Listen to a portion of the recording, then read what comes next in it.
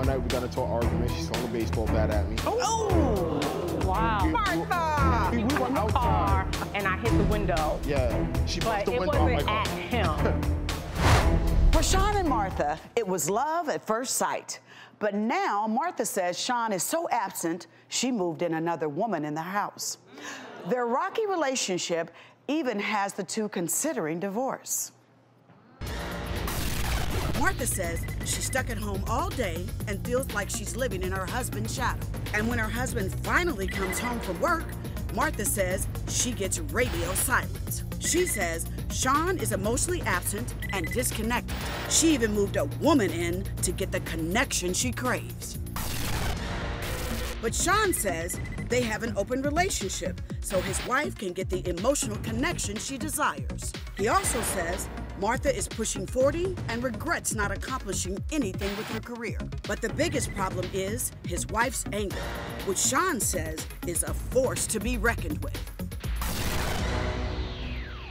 Hey there, Martha.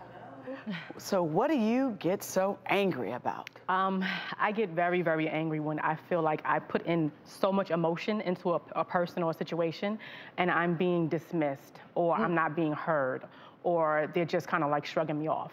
And he's really the only person that can make me that angry because I literally put everything into him and our relationship. So he can get the absolute worst out of me, which happens quite a bit. You've gotten so angry that things have turned physical. You threw a bottle at him. Yes. Yes, Why did that happen? It was a level of violation that occurred where we are the most bonded, which is in our bedroom.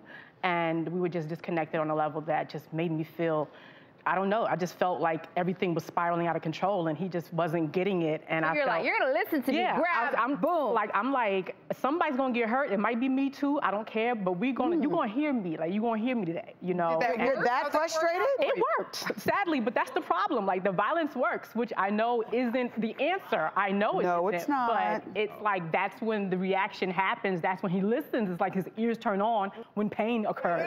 Is that the only time violent with him? No. Oh, No? What are the other times that you've been violent? So we've gotten into an argument because of the industry that I work in.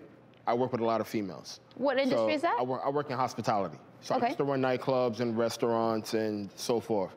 So when I'm home, people who out partying, they don't know that I'm off. So they'll text me late night, hey, where are you? We want to come by, blah, blah, blah.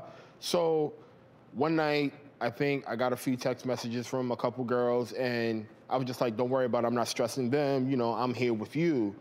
And like, it just was a build-up, and one night we got into an argument. She swung a baseball bat at me. Oh! Wow. Martha! Swing it at him. We were in the outside. Car, and I hit the window. Yeah, she But busted the it window out my wasn't car. at him. Well, but part of the problem is you use this as a way to get his attention. It gets worse and worse and worse. I know it's wrong. Literally, I get to a point where I try to calm myself down, and I'm like, no, you know, this is not where I want this to go. And then just something happens where it's like I lose absence. Right, and let's talk about that. You know, what is it about his inability to communicate with you that sets you off like that? I feel like because I was so independent, you know, before I met him, I sacrificed myself to be in this relationship. And I could be doing a lot better for myself regarding my emotional, you know, security. And so why don't you?